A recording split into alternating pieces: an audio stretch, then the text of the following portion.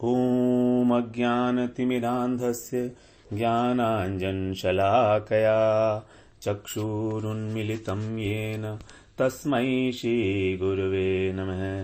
वाञ्छाकल्पतरुभ्यश्च कृपासिन्धुभ्यैव च पतितानां पावनेभ्यो वैष्णवेभ्यो नमो नमः। नमो महावदान्याय कृष्णप्रेमप्रदायते कृष्णाय कृष्णचैतन्य नाम्ने गौरत्विषे नमः। हे कृष्ण करुणा सिन्धो दीनबन्धो जगत्पते गोपेश गोपिकाकान्त राधाकान्त नमोस्तुते। तप्त कांचन गौरांगी राधे वृंदावनेश्वरी वृषभानुसुते देवी प्रणमामि हरिप्रिये। वृंदायै तुलसीदेव्यै प्रियायै केशवस्य च कृष्णभक्तिपदे देवी सत्यवत्यै नमो नमः। श्रीकृष्ण चैतन्य प्रभो नित्यानंद श्री अद्वैत गदाधर शिवसदि गौरभक्तवृंद। हरे कृष्ण कृष्ण कृष्ण हरे हरे, हरे राम राम राम हरे हरे। हरे कृष्णा। सर्वप्रथम मैं अपने गुरुपाद पद्म ओम विष्णुपाद अष्टोत्तरशत श्री श्रीमद् भक्तिवेदांत माधव गोस्वामी महाराज के चरण कमलों में अनंत कोटि दंडवत प्रणाम ज्ञापन करता हूँ। हम लोग श्रीमद् भगवद गीता के चौथे अध्याय का 14वां श्लोक श्रवण कर रहे हैं, जिसमें भगवान बता रहे हैं न माम कर्माणि लिम्पन्ति न मे कर्म फले स्पृहा इति माम योऽभिजानाति कर्मभिर्न सबध्यते। यहां पर भगवान अपना उदाहरण दे रहे हैं। स्वयं हमको समझाने के लिए भगवान ने तीसरे अध्याय में भी अपना उदाहरण दिया था और यहां पर भी भगवान अपना उदाहरण दे रहे हैं, क्योंकि चौथे अध्याय में भगवान ने जो कर्मयोग का रहस्य है, कर्मयोग का जो तत्व है, उसको समझाया जा रहा है। यहां पर तीसरे अध्याय में भगवान ने कर्मयोग के आचरण की आवश्यकता के ऊपर बल दिया और यहां पर बता रहे हैं कि कर्मयोग को पहले हम समझ लें कि हमको क्यों करना चाहिए और कैसे करना चाहिए, और उसको समझ के फिर हम लोग कर्मयोग में प्रवृत्त हो सकते हैं। तो यहां भगवान स्वयं अपना उदाहरण दे रहे हैं कि वो किस प्रकार से कर्मयोग कर रहे हैं। जैसे इससे पहले श्लोक में भगवान ने बताया कि वो चारों वर्णों की सृष्टि करके भी वो स्वयं को अकर्ता मानते हैं। वो कह रहे हैं कि मैं अकर्ता हूं, मैं इनके सारी सृष्टि का करता हूं मैं, लेकिन तू मुझको अकर्ता ही जान। अब भगवान जब कह रहे हैं स्वयं कि मुझको अकर्ता जान, तो मतलब मेरी तरह से तुम भी अपने को अकर्ता ही जानो। ये मत मानो कि हमने ये काम किया है। अब देखिए, भगवान खुद ही कह रहे हैं कि वो जब अकर्ता हैं तो क्या हम कर्ता बन जाएंगे, जबकि भगवान कर्ता हैं। वास्तव में भगवान तो मेन कर्ता हैं, मुख्य कर्ता हैं, लेकिन तो भी वो कह रहे हैं अकर्ता जान मुझको, और मुझको ऐसा जानकर तू खुद भी स्वयं भी ऐसा आचरण कर। और इस वाले में बता रहे हैं भगवान कि कर्म मुझको लिप्त नहीं करते। क्यों? क्योंकि कर्म के फल में मेरी इच्छा नहीं है, स्पृहा नहीं है। स्पृहा का मतलब होता है अप्राप्त वस्तु को प्राप्त करने की कामना। पहले भी हमने एक बात की थी दूसरे अध्याय में। अप्राप्त वस्तु को प्राप्त करने की कामना को हम बोलते हैं स्पृहा। तो कर्म हमको बांधते क्यों हैं? कर्म में हम आसक्त होते क्यों हैं? क्योंकि हमको कर्म का फल चाहिए, हमारी उसमें आसक्ति है। अगर हमें आसक्ति ही नहीं है तो हम वो कार्य क्यों करेंगे? तो आसक्ति ही जो है हमको कर्मों में बांधती है, फल को भोगने की आसक्ति। तो यहां पर भगवान इसीलिए कह रहे हैं कि मैं करता भी नहीं हूं और मैं आसक्त भी नहीं हूं। इस प्रकार से भगवान ये कह रहे हैं कि मैं ना तो करता हूं और ना मैं आसक्त हूं। और अगर इति माम यो भी जानाति, इस प्रकार जो मुझको जान लेता है अच्छी प्रकार से, अभिजानाति का मतलब होता है तत्वतः, भली भांति। तत्वतः जानने का मतलब क्या हुआ? भली भांति जानने का मतलब जानकर जो उस पर आचरण करता है तभी माना जाएगा कि वो जानता है। अब जैसे हमने यहां पर पढ़ लिया कि भगवान अकर्ता भी हैं और भगवान की स्पृहा भी नहीं है, आसक्त नहीं है भगवान, तो जानने से क्या हो गया? काम नहीं हुआ। भली भांति जानने का मतलब है कि भगवान को इस प्रकार से जानकर हम भी उसी प्रकार से स्वयं को अकर्ता माने और स्वयं को आसक्त ना माने, अनासक्त भाव से कार्य करें जिस प्रकार से भगवान कर रहे हैं। तब जो है कर्म हमको भी नहीं बांध सकते, क्योंकि कर्म स्वयं में बंधन का कारण नहीं है। कर्म तो करना ही पड़ेगा, भगवान ने कहा क्षण भर भी एक कोई भी जीव बिना कर्म के नहीं रह सकता, लेकिन उसको बांधने का जो कारण है वो है आसक्ति। तो भगवान कह रहे हैं कि मेरी क्योंकि यहां पर स्पृहा नहीं है, इसलिए वो मुझको कर्म लिप्त नहीं करते।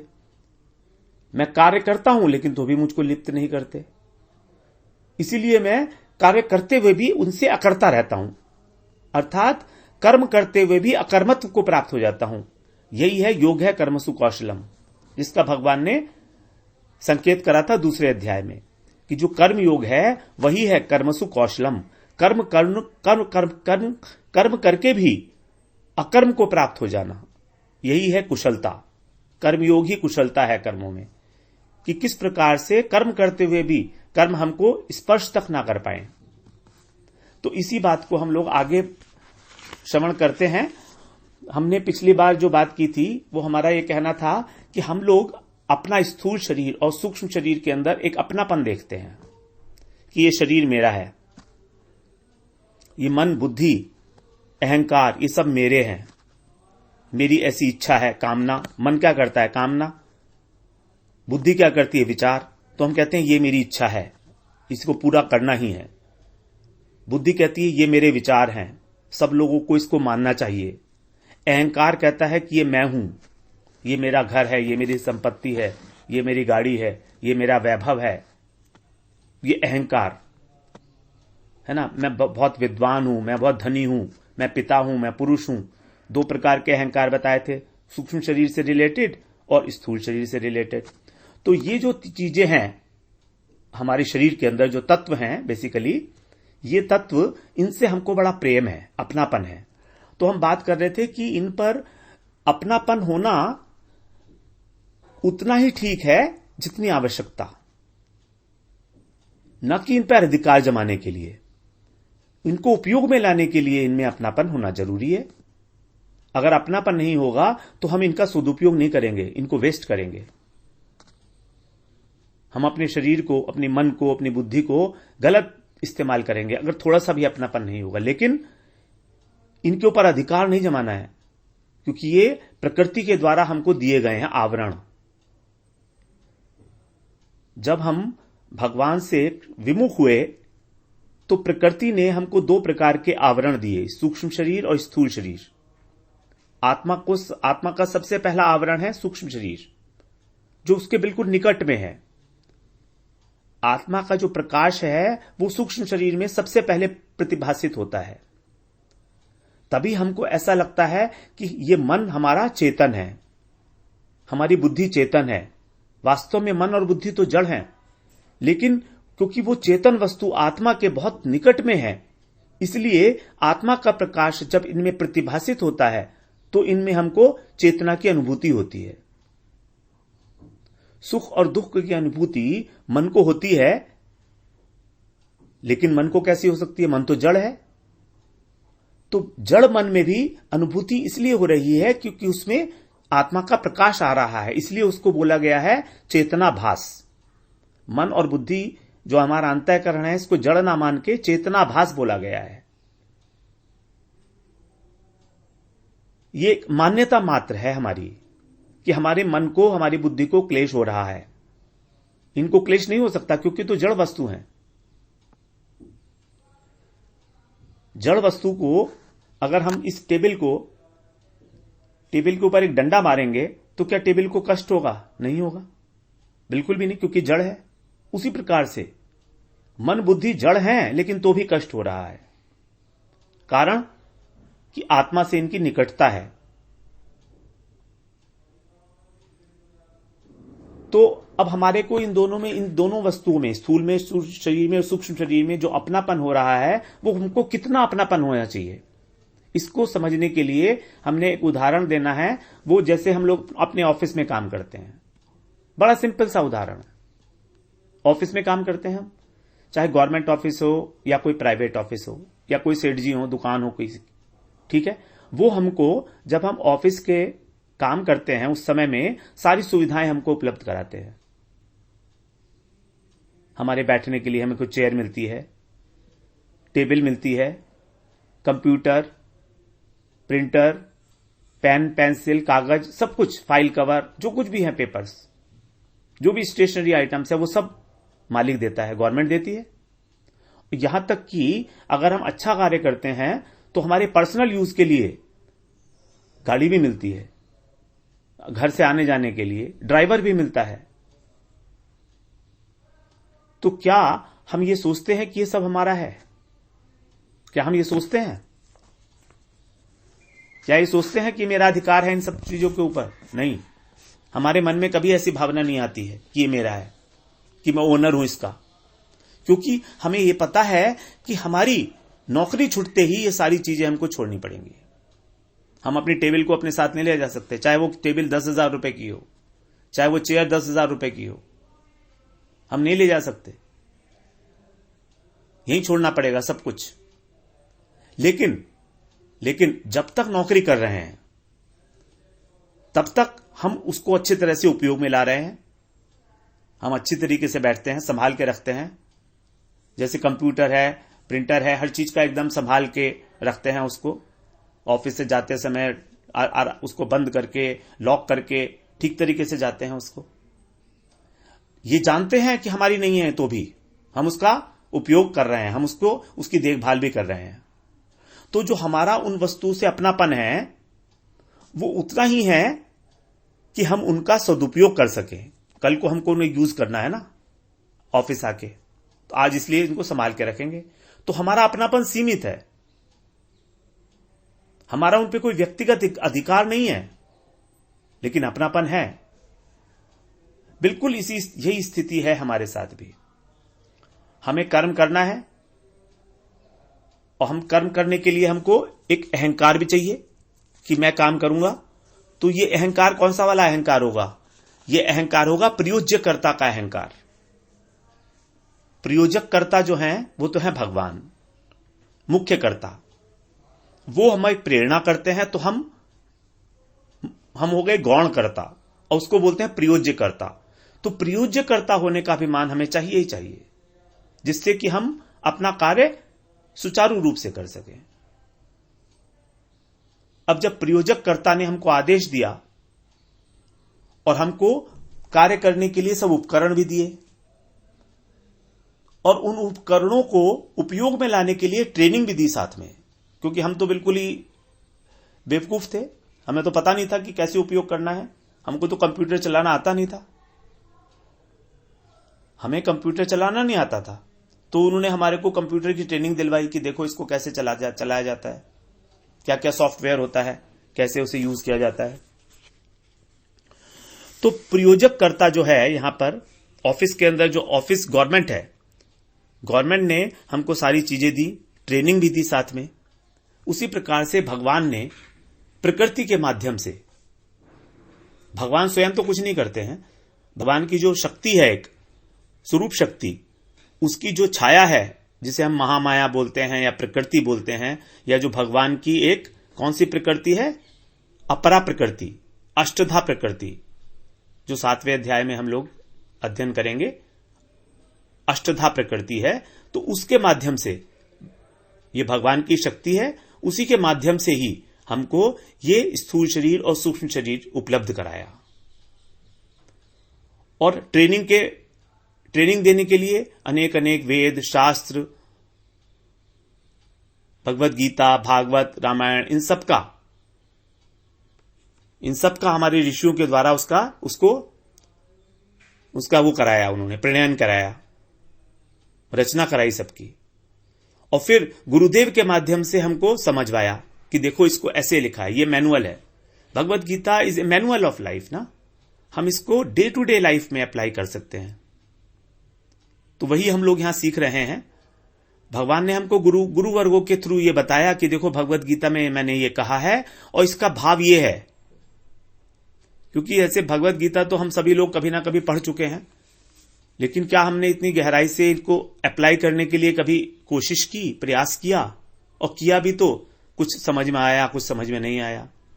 तो यहां पर हम लोग इसी को, मैनुअल को समझ रहे हैं। सदुपयोग कैसे करें हम इस स्थूल शरीर का और सूक्ष्म शरीर का। यही है ओरिएंटेशन ट्रेनिंग जो ऑफिस में दी जाती है। पहले जब सबसे पहले भर्ती होते हैं ऑफिस में, तो 1 महीना 2 महीना मेडिकल में जिसको बोलते हैं इंटर्नशिप, तो ये सब ओरिएंटेशन ट्रेनिंग हमारी चल रही है। अब अगर हम फिर भी ये सोच लें कि हम तो नहीं सीखेंगे, हमें क्या जरूरत है, हम तो सब जानते हैं, तो ऐसा नहीं है। कोई भी नहीं जानता है, वरना भगवान को क्या जरूरत थी ये सब कुछ बताने की। अर्जुन के माध्यम से वो हमको सब सिखा रहे हैं कि हमको इन दोनों शरीरों का, स्थूल शरीर और सूक्ष्म शरीर का कैसे सदुपयोग करें, और इस सदुपयोग करने के बाद भगवान के जो प्रेम प्राप्त करके इसको कैसे दोनों चीजों को सरेंडर कर दें। इनकी हमें कोई आवश्यकता नहीं है। जब हम लोग एक्सपर्ट हो जाएंगे तब हमको ना स्थूल शरीर की आवश्यकता है और ना हमें सूक्ष्म शरीर की आवश्यकता है। हमको भगवान फिर एक चिन्मय शरीर देते हैं जिससे हम उनकी सेवा कर सकते हैं। वो शरीर हमें अभी नहीं मिल सकता। जब हमारी ये इंटर्नशिप पूरी हो जाएगी, जैसे डॉक्टर है उसको प्रैक्टिस करने के लिए लाइसेंस जो मिलता है, जो उसको अथॉरिटी दी जाती है हॉस्पिटल में, तभी मिलेगी जब वो एक्सपर्ट हो जाएगा। उसको फिर अलग तरीके की ड्रेस दे दी जाती है जिससे कि वो आइडेंटिफाई कर सकें कि ट्रेनिंग में कौन डॉक्टर है और प्रैक्टिस में कौन डॉक्टर है। उसी प्रकार से ये हमारे को शरीर दिए हैं उस सदुपयोग करने के लिए। और अगर हम ये सोचें कि हम तो जानते हैं, तो ये हमारी एक भूल होगी, बिल्कुल भूल होगी हमारी। हम नहीं जानते हैं वास्तव में। इतना गहन है ये सब्जेक्ट, मन, बुद्धि, अहंकार और चित्त को हैंडल करना, और साथ में भगवान क्या है, कर्म क्या है, माया क्या है। ईश्वर, जीव, माया, काल और कर्म, ये 5 सब्जेक्ट हैं भगवत गीता के, जिन्हें भगवान समझा रहे हैं हमको अपना उदाहरण देकर स्वयं। और क्योंकि हम इस शरीर का दुरुपयोग कर रहे हैं, ये भी भगवान को पता है कि हम लोग मानेंगे नहीं। इतनी जल्दी तो मानने वाले नहीं है ना। हम लोग कलयुग के जीव हैं, तो हमारी जो मंद बुद्धि है, निकृष्ट सी बुद्धि, तुच्छ सी बुद्धि है, अनेक अनेक दोषों से भरी हुई, संशयों से, तर्कों से भरी हुई जो हमारी बुद्धि है, वो हमको भगवत गीता या रामायण या किसी भी ग्रंथ का पाठ करने से रोकेगी कि क्या जरूरत है तुमको, तुम तो सब जानते हो, क्या जरूरत है इसकी, वो रोकेगी।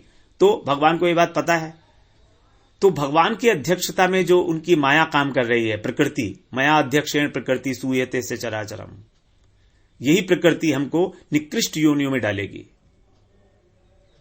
मनुष्य योनि तो भगवान ने हमको कृपा करके दे दी है, बस किसी तरीके से भगवान रीझ गए, भगवान के ऊपर कृपा हो, हमारे ऊपर अकारण कृपा हो गई भगवान की, ये मानिए। हम डिजर्व नहीं करते थे कि हमें मनुष्य शरीर मिल जाए। किसी कारणवश, क्योंकि वो क्या है, बिना हेतु परम, बिना किसी हेतु के ही परम स्नेही है ना भगवान, सब स्नेह करते हैं बहुत। तो बिना किसी कारण के ही कृपावश उन्होंने हमको ये योनि दे दी, मनुष्य शरीर। और अगर हम फिर भी इसका दुरुपयोग करने पर ही तुले हुए हैं, तो उनके पास भी कोई रास्ता नहीं बचेगा। माया देवी हमको निकृष्ट योनियों में या नरक में ले जाकर भोग करवाएंगी हमारे पापों का, उनको भुगताने के लिए, उनसे मुक्त करने के लिए। नरक में जाना कोई गलत बात नहीं है। नरक में जाकर तो हमारे सारे जो पाप हैं वो नष्ट होते हैं ना। तो हम जब नरक से वापस आते हैं तो रिलेटिवली प्योर होते हैं, रिलेटिवली, क्योंकि सारे पापों का भोग तो हम नरक में करने के लिए अभी सक्षम भी नहीं है। धीरे धीरे बार बार मौका देते हैं भगवान मनुष्य योनि देके कि तुम अब साधु संग करके समझ जाओ, सुधर जाओ। अब नहीं सुधरे तो क्या करें। तो कुछ सीमा तक जब हम सुधर जाते हैं तो फिर वो भगवान फिर हमको मनुष्य योनि दे देते हैं। और फिर भी नहीं सुधरते तो फिर योनियों में, अनेक अनेक योनियों में हमारी जो अनेक अनेक इच्छाएं हैं उनको पूरा करने के लिए उस योनि में भटकाते हैं माया। और फिर भटकने के बाद फिर मनुष्य शरीर में आते हैं। मनुष्य शरीर में आना कोई आसान काम नहीं है। लब्धवा सुदुर्लभम इदम बहु संभवान्ते, लब्धवा सुदुर्लभम इदम, ये दुर्लभ नहीं है, सुदुर्लभ है मनुष्य शरीर। अनेक अनेक जन्मों के बाद बहुजन्म नान्ते। So this is an opportunity for us ना, which is knocking at our door. हमारे दरवाजे पर नॉक कर रही है ये अपॉर्चुनिटी। और फिर भी अगर हम इसको नहीं, इसकी पुकार सुनते, so we will miss the bus. और फिर हमारा वही होगा, हम लोग इंफीरियर योनीज में जा सकते हैं। अब देखिए ये भगवान की कितनी बड़ी करुणा है। ये देखिए आप कि भगवान अर्जुन के माध्यम से अपना उदाहरण देकर हमको समझाने की चेष्टा कर रहे हैं कि भाई तुम लोग कर्तापन का अभिमान छोड़ दो, ये तुम्हारे किसी काम नहीं आने वाला है। इस संसार से आसक्ति मत रखो, ये तुम्हारे स्वभाव के अनुरूप नहीं है।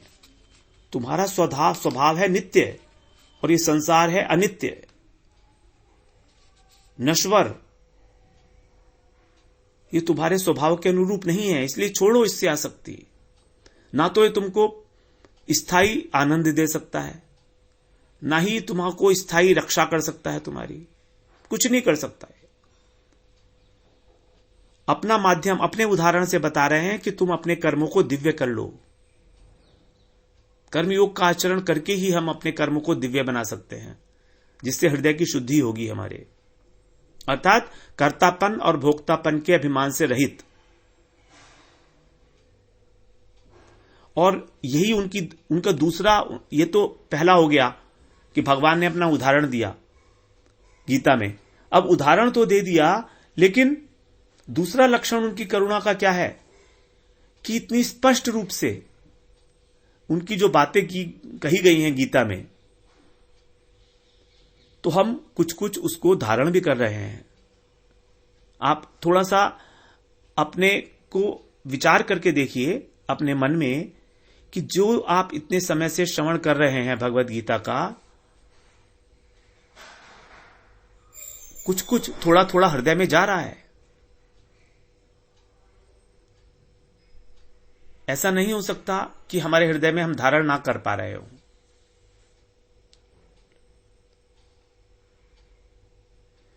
हम लोगों को भगवत गीता सुनते सुनते लगभग 8 महीने हो गए हैं। आज 17 मई को हमने शुरू किया था और आज है 19 जनवरी। 8 महीने से हम लोग सुन रहे हैं। इसका मतलब हमारे मन में कहीं ना कहीं धारण कर रहे हैं हम इनकी तथ्यों को, इनको बातों को। यही है भगवान की करुणा। इसमें हमारा कोई प्रयास नहीं है वास्तव में। अगर हमारा कोई प्रयास होता तो क्या हम लोग साधु संतों के चक्कर लगाए हैं? क्या हम लोग इधर उधर भटके हैं ज्ञान को प्राप्त करने के लिए? भगवान स्वयं इस ज्ञान को हमारे दरवाजे पर लाके खड़ा कर दिया है। यही है हमारा बहुत बड़ा सौभाग्य, बहुत बड़ा सौभाग्य है। इसके प्रति हमको कृतज्ञता ज्ञापन करनी चाहिए, क्योंकि जितने हम कृतज्ञ होंगे ज्ञान के प्रति, तत्व ज्ञान के प्रति, भगवान के प्रति, उतना ही भगवान हमको और अधिक से अधिक हमारी और मदद करते हैं और अधिक से अधिक हमारा ध्यान रखते हैं। वो हमने कहीं पर जाकर, किसी भी आश्रम में जाकर नाक नहीं रगड़ी अपनी कि मुझको ये तत्व ज्ञान दे दो।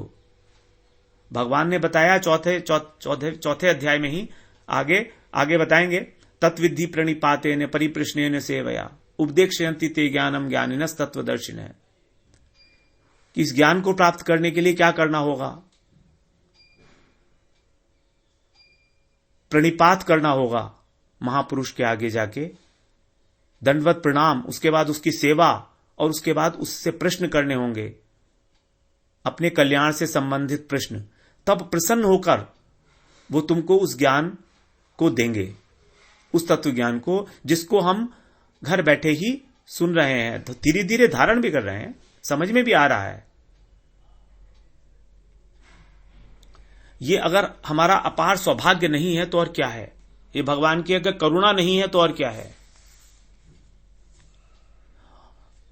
और अगर इस संसार में हमको थोड़ा सा भी कुछ फेवर चाहिए होते हैं, 10,000 रुपए की, 15,000 रुपए की नौकरी चाहिए, तो क्या करते हैं हम लोग? 15-20 साल तक पढ़ाई करते हैं और उसके बाद भी नौकरी नहीं मिलती है, लोगों से रिक्वेस्ट कराते हैं, नाक रगड़ते हैं, तब जाके 15-20 हजार रुपए की नौकरी मिलती है इस जड़ शरीर का निर्वाह करने के लिए।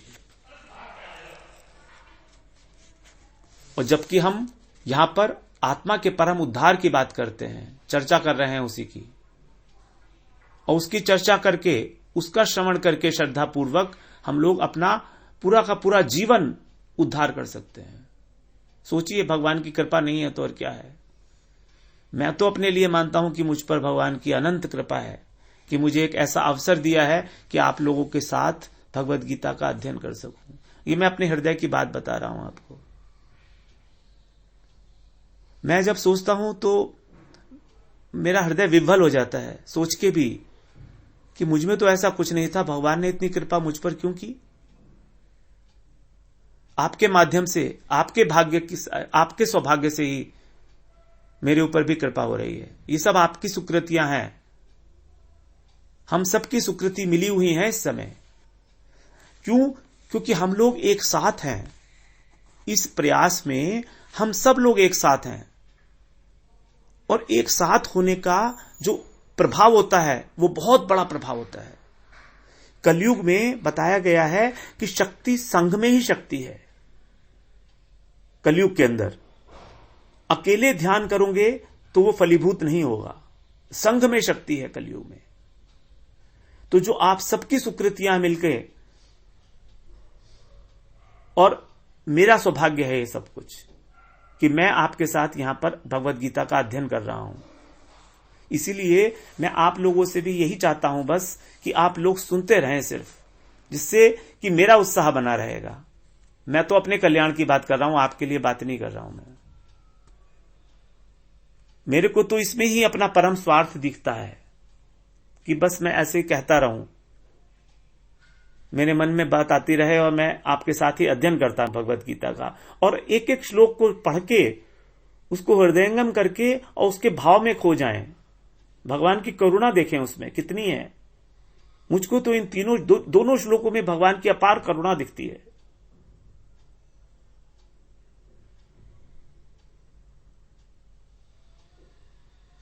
जब कोई बहुत श्रेष्ठ व्यक्ति अपना उदाहरण देके हमको कोई बात समझाता है तो आप समझिए कि वो कितनी इंपॉर्टेंट बात होगी। जब हम लोग कभी बहुत परेशानी, टेंशन में होते हैं तो हमेशा जब किसी से हम काउंसलिंग करते हैं तो हमको अपना अनुभव बताता है पहले, तब हमारी बात समझ में आ जाती है। तो यहां पर भगवान अपना अनुभव बता रहे हैं, अपनी बात बता रहे हैं, अपना उदाहरण दे रहे हैं, जिससे कि हम लोग बिना किसी संशय के इस बात को स्वीकार कर लें कि हमको कर्तापन का त्याग करना है और आसक्ति से रहित होना है। पहले हम लोग बुद्धि में ये बात बिठा लें बस। अब कैसे करना है, क्या करना है, वो बात की बातें हैं, वो आगे भी बहुत चैप्टर 4 पढ़ा हुआ है पूरा, वहां पर उसको समझेंगे अच्छी तरह डिटेल में। यह चैप्टर 4 जो हमारा चल रहा है, ये भी आगे, अभी 14वां श्लोक है इसका, आगे तक इसमें यही बात की गई है।